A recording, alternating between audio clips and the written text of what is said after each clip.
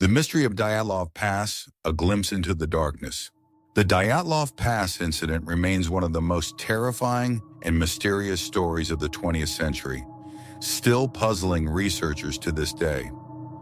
In 1959, a group of 9 experienced skiers set off on a journey through the snowy slopes of the northern Ural Mountains. Their goal was Mount Otorten, a remote and challenging peak. The group consisted of young students, all physically fit and seasoned in such expeditions.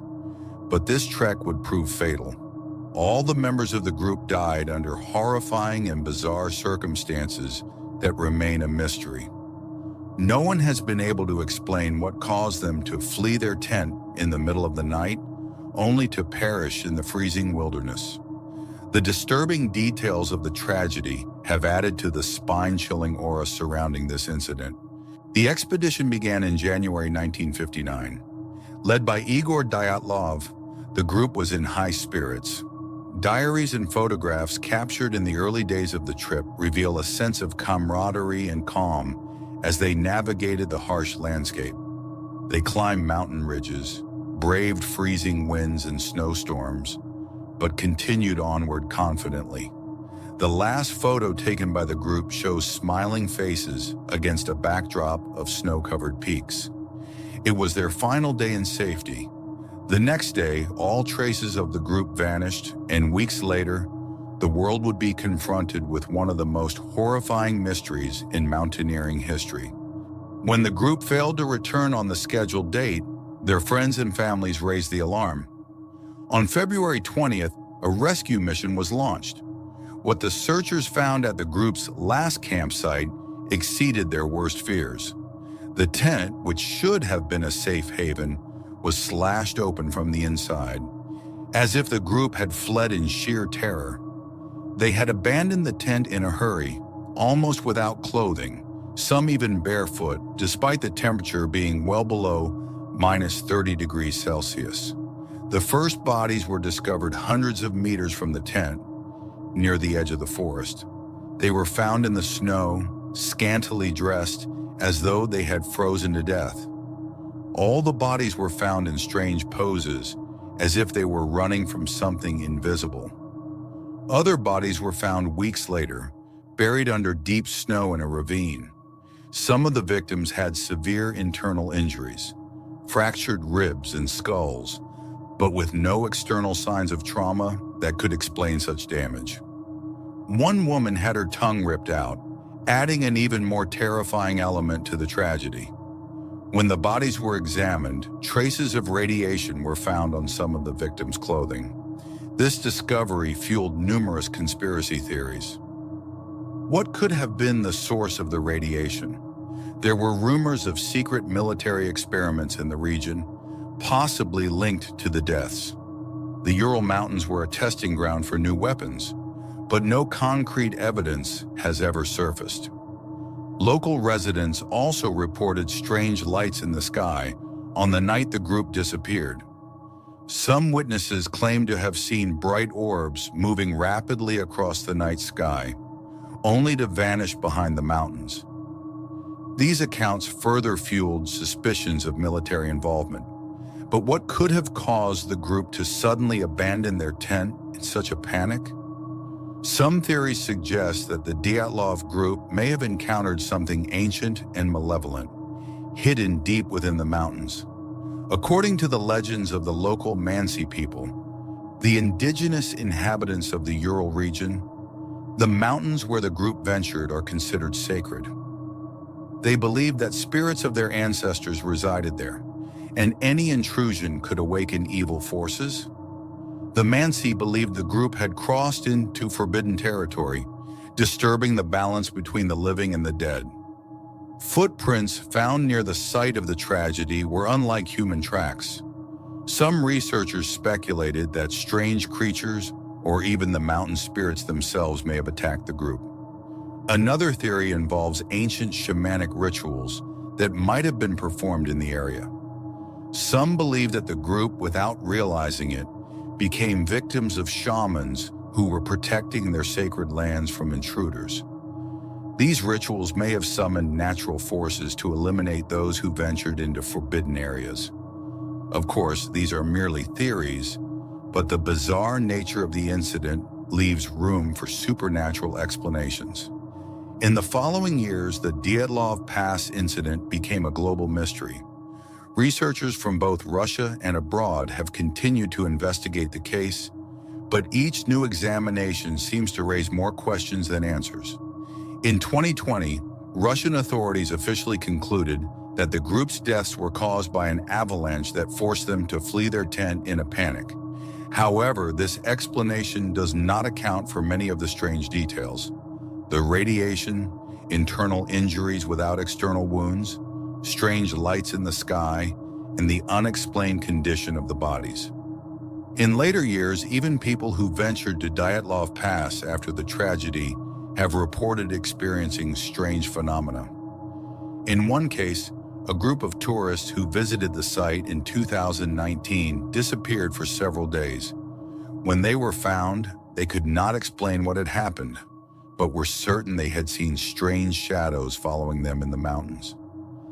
They had abandoned their campsite, just like the Dyatlov group, and wandered aimlessly, gripped by an inexplicable fear. The Dyatlov Pass remains a place of untold horror. The mountains continue to draw adventurers and mystery seekers, but local residents still warn of the dangers that lurk there. Perhaps something exists in these lands that defies human understanding, something that science cannot explain. Whether cursed or sacred, these mountains harbor one of the most terrifying enigmas, one that frightens not with what is known, but with what is still unknown. Did the hikers encounter an ancient evil, become victims of mysterious forces of nature, or die due to human error?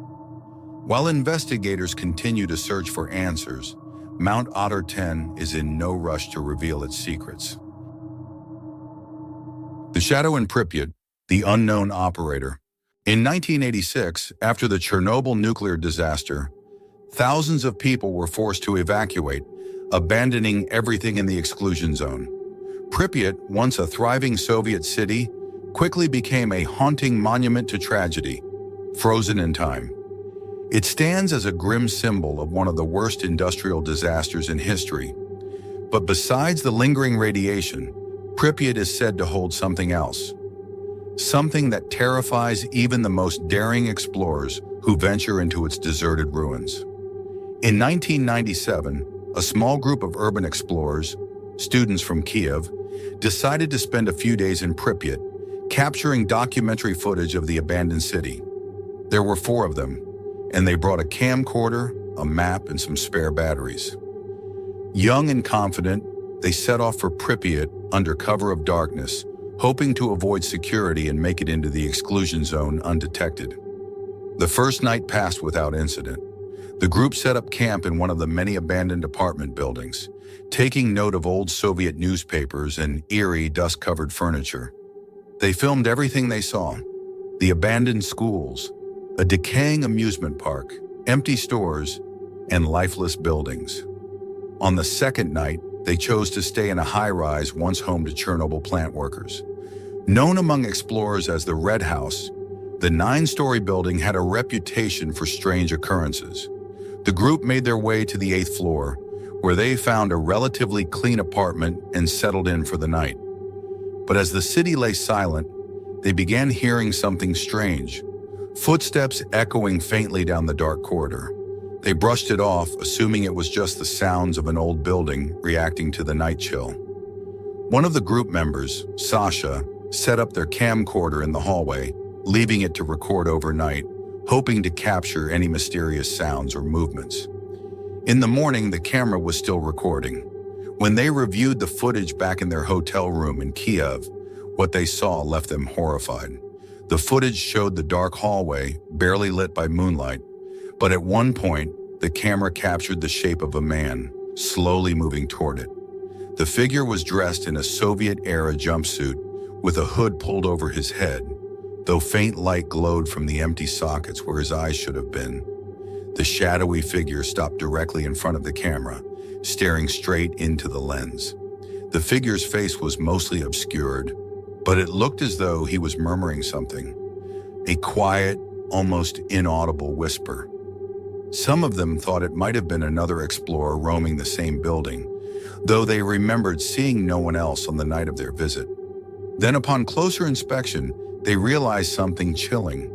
They distinctly recalled that the doors to their apartment on the 8th floor had been closed that night, and the footage only showed an empty hallway. Yet when the figure appeared on camera, the doors were slightly ajar. Several paranormal enthusiasts speculated that the figure could have been an operator who had died during the evacuation or one of the disaster's casualties who never left the city. After that night, Sasha, the one who had set up the camera, couldn't shake the feeling that someone was watching him. Strange dreams began to haunt him nearly every night. In these dreams, he found himself standing in the same empty hallway, bathed in eerie light, with the same man, his empty eyes fixed on Sasha, standing in the doorway, just staring.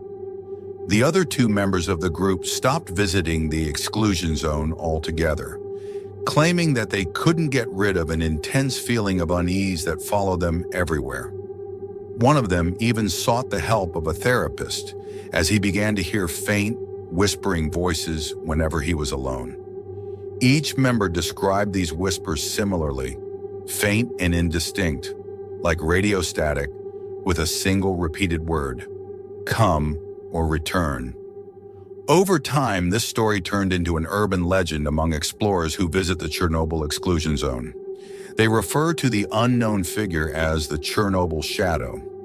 Local researchers believe the figure is the spirit of a worker who perished in the disaster but was never able to leave the zone, now cursed to guard it. Another theory is that he might be one of the many liquidators who never returned to their families, forced to stay forever within the boundaries of the exclusion zone. Rumor has it that if you see the shadow in Pripyat, it's best to leave immediately, as his presence is a sign of danger. Once he shows up on your camera or catches the edge of your vision, he'll begin to visit you in your dreams, calling you back to the exclusion zone, or waiting until you find a way to break free of his curse. Thank you. Hospital number 9, a corridor without end. In 1908, in a small town south of Warsaw, Poland, there stood Hospital number 9, which had long gained a bad reputation among the locals. Built in the 1940s, this hospital was designed for the seriously ill and those who could not receive care in other medical facilities. It became home to the most difficult cases, where patients were given only a last chance for survival. Over time, the hospital became a place where even nurses and doctors began to whisper about unexplained events that became more and more frequent. Screams coming from empty wards, strange sounds like whispers or footsteps following you down the corridors. All of this became part of the daily life of the staff. And although many tried to explain these phenomena by fatigue or stress, every year the myths about the hospital became more real, and it became harder and harder to dare to work here. Anita, a young nurse, worked night shifts on the 3rd floor of the hospital, where the most serious patients were kept. Patients with incurable diseases who had no chance of surviving. Her duties went as usual until that fateful evening. It was one of those nights when there was not a single cloud in the sky, and the air was heavy, as if a black shadow was hanging over the town. At 2:30 a.m., a signal from room 305, which was usually empty after the last patient had died a few days earlier, flashed on the monitor on duty. The alarm was repeated over and over again, which made Anita alert. At first, she thought it might be a technical problem, but her heart told her otherwise. She took the keys and, although she felt some fear, went to the ward. When she entered, everything looked familiar. Old furniture, a cleanly made bed, but something was wrong. A black phone on the bedside table caught her attention. This phone was long out of order and had long since been replaced by newer models. But this phone, as Anita came closer, suddenly rang. In her surprise, Anita dropped the keys she was holding and picked up the phone. She could barely hear the words on the other end. "Can you see me?" Her heart froze in her chest, and a cold sweat ran down her back. She could not recover, but what she saw in the mirror shocked her even more. Behind her, clearly reflected in the mirror, stood a man in hospital pajamas. His face was covered with deep, indistinct scars, and his eyes, which absorbed everything around him, had no human expression. Anita turned sharply, but the room was empty. Feeling that something was wrong, she ran out of the room and ran to the duty officer's post. But the further she went, the longer and darker the corridor seemed. The lamps in the corridors began to go out one by one, and she found herself in a darkness that seemed alive. Her every step was accompanied by soft whispers. At first it was just a rustling, then the voices became clearer. Her name was pronounced calmly but ominously, as if in a whisper coming from the darkness. With each step, the corridor grew larger and larger, and Anita could not find the end. She could feel her heart beating faster with every movement, and then the same figure appeared again at the end of the corridor. The man in the hospital pajamas, now with his mouth open, as if trying to say something, was walking toward her. His face remained impenetrable, but his eyes absorbed more and more light, and it was more terrifying than any nightmare. He stretched out his arms and whispered, "It's time to go." Anita felt all her strength leaving her. She started to scream, but her voice was swallowed up by silence. Disoriented, she fell to the floor, not remembering how she got there. The next morning, the nurses found her sitting on the floor outside room 305, hugging her knees tightly and repeating the same words over and over again. "He won't let go." Anita was transferred to a psychiatric clinic, but it did not help. A few months later, she mysteriously disappeared, her traces vanishing as if she had never existed. Hospital number 9 was closed a few years later, but locals still say that even after that, the building was not empty. Those who dare to approach the hospital can hear the ringing of a telephone coming from the dark corridors. Those who decide to come closer hear the voice again. "Are you ready?" And no one can explain why this call comes every night or who is on the other end. Everyone who has heard this call at least once no longer dares to approach the abandoned hospital. Is this another trap for those who are too brave to find the answer? Translated with Depot.com, free version. The Tragedy of Flight 401. On December 29, 1972, during the night, Eastern Airlines Flight 401, a L-1011 TriStar aircraft, was approaching the airport in Florida after departing from New York. The plane was new, and at the time, it was one of the most modern and automated aircraft in operation. The crew consisted of the experienced 55-year-old Captain Robert Loft, 38-year-old First Officer Albert John Stockstill, and 51-year-old Flight Engineer Don Rapo. All crew members were in good spirits, as the flight had been smooth and uneventful, and they were preparing for landing at Florida's airport. Captain Loft gave the command to release the landing gear, and First Officer Stockstill input the corresponding command into the onboard computer. However, after a while, Stockstill noticed 2 illuminated indicators on the instrument panel showing that the side gear was deployed, but the indicator for the front gear did not light up. This indicated that the front landing gear had not been properly locked, and landing the plane could have caused serious damage if the aircraft touched down on the nose, potentially leading to a fire or other severe damage. Realizing the seriousness of the situation, the pilots began discussing the problem. They needed to determine whether the issue was with the indicator light, which would indicate that the gear was safely deployed and the plane could land, or if there was a real mechanical issue with the front landing gear, which could mean an emergency situation. However, checking this in the dark was difficult. To buy some time, Captain Loft requested permission from the air traffic controller to fly in a holding pattern. The controller agreed, providing a new course for the aircraft, maintaining an altitude of 2,000 feet, 600 meters, and allowing the plane to continue flying in a circle. Loft confirmed the instructions and handed control to the autopilot so that the plane would follow the given route while the crew focused on solving the landing gear issue. Captain Loft, First Officer Stockstill, and flight engineer Repo repeatedly tried to remove and reinsert the light bulb into the instrument panel, but the result remained the same. One light was on and the other was not.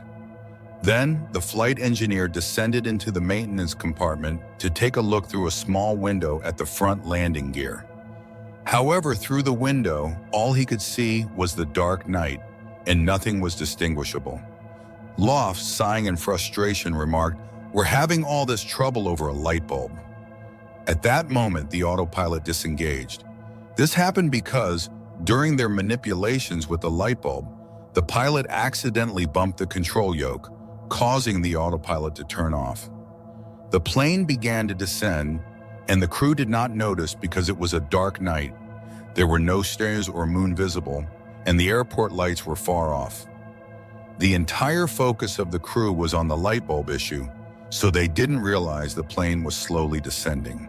Only a few minutes later, when First Officer Stockstill noticed unusual readings on the altimeter, he asked, "Are we still at 2,000 feet?" At that moment, the crew realized the plane was much lower, and they saw that they were just minutes away from the airport. In an instant, the plane crashed into a swamp, about 30 kilometers from the airport.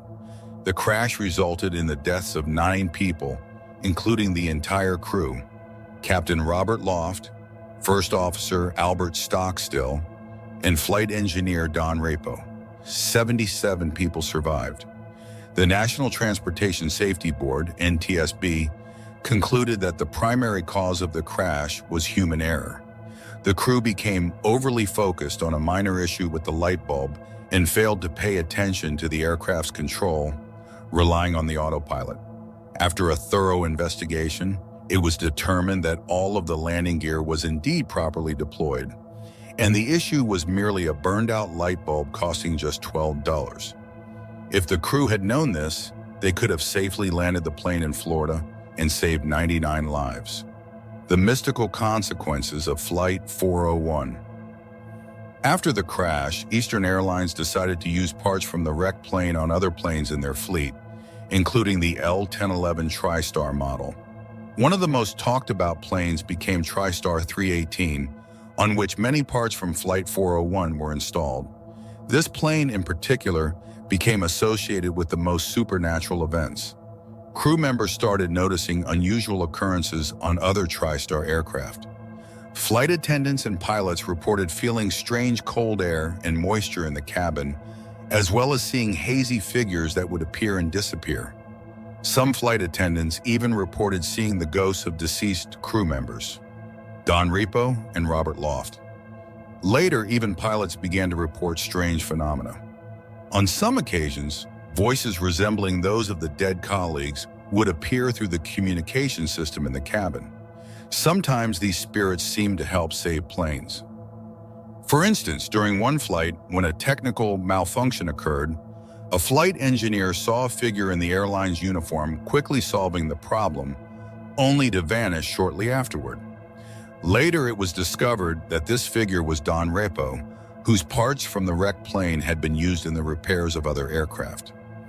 Eventually, the company decided that these supernatural phenomena needed to be addressed. In 1974, they removed all parts from the TriStar aircraft, and soon after, the anomalous events ceased. The tragedy of Friday the 13th, the true story of the cursed house.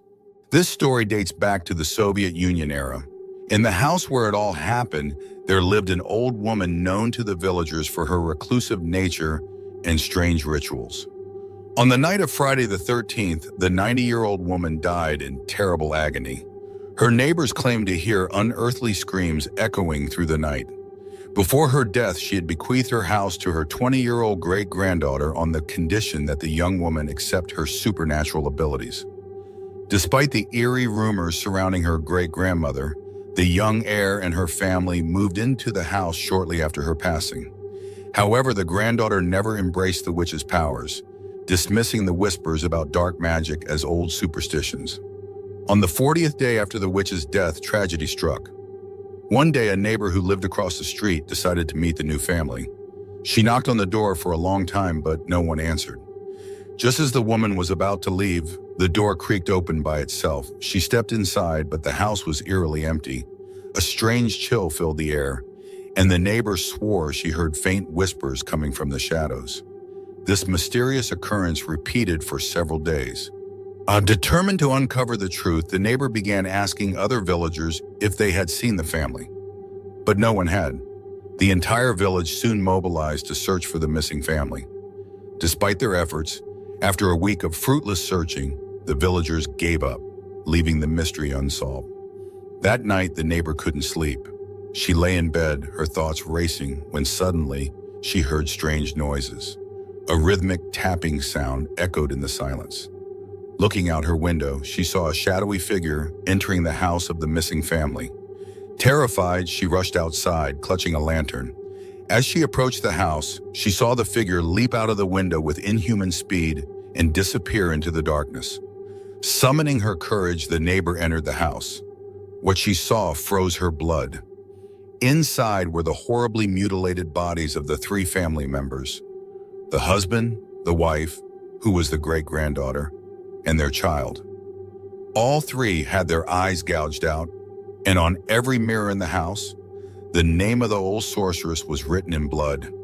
The air was thick with the metallic scent of blood and an unshakable feeling of dread. The family was buried together in a small cemetery on the edge of the village. After the funeral, the neighbor, out of habit, entered the ominous house once more, determined to find some explanation for the horror she had witnessed. To her horror, she saw the same sinister silhouette staring directly at her from the corner of the room. The figure's glowing eyes burned with an otherworldly intensity. That night, the villagers heard blood-curdling screams coming from the house, but no one dared to enter. The neighbor was never seen again. Over the years, the house became a source of dark legends and rumors. People claimed to see shadows moving in the windows and hear faint whispers in the night. Some said that the spirit of the old sorceress haunted the house, enraged that her powers had been rejected. Others believed it was a curse placed upon the family for breaking the pact. The village priest attempted to bless the house, but he fled halfway through the ritual, pale and trembling, refusing to speak of what he had experienced inside. Despite its sinister reputation, a few curious individuals ventured into the house over the decades. They would return shaken, often refusing to speak of what they saw. One man claimed that when he looked into a cracked mirror in the house, he saw not his reflection but the faces of the murdered family, their hollow eyes staring back at him. Another reported hearing a chilling voice that whispered his name, urging him to leave. A group of teenagers, hoping to debunk the myths, stayed overnight in the house. By morning, only one returned to the village, muttering incoherently about a woman in black and a circle of mirrors that seemed to trap him. In recent years, the house has been boarded up and officially declared uninhabitable. Yet locals say that on certain nights, especially during storms, faint lights can be seen flickering in the windows. Some claim that if you stand near the house at midnight, you can hear faint, mournful cries and the soft hum of an old lullaby drifting through the air. On the anniversary of the family's death, the phenomena intensify. Witnesses report seeing the silhouette of a woman wandering the property, her head tilted unnaturally as if she were searching for something. No one knows for sure what happened in that house or what force continues to linger there. But one thing is certain, it remains a place shrouded in mystery and fear, a chilling reminder of a dark and tragic past. The house now serves as a warning to all who dare to meddle with forces beyond their understanding, its dark secrets locked away, waiting to claim the next victim who dares to step inside. Thank you for watching this story. If you enjoyed it, don't forget to subscribe so you won't miss any new creepy legends and mystical tales. There's a lot more to come, so stay tuned and be ready for more encounters with the unknown. Look out for the next story.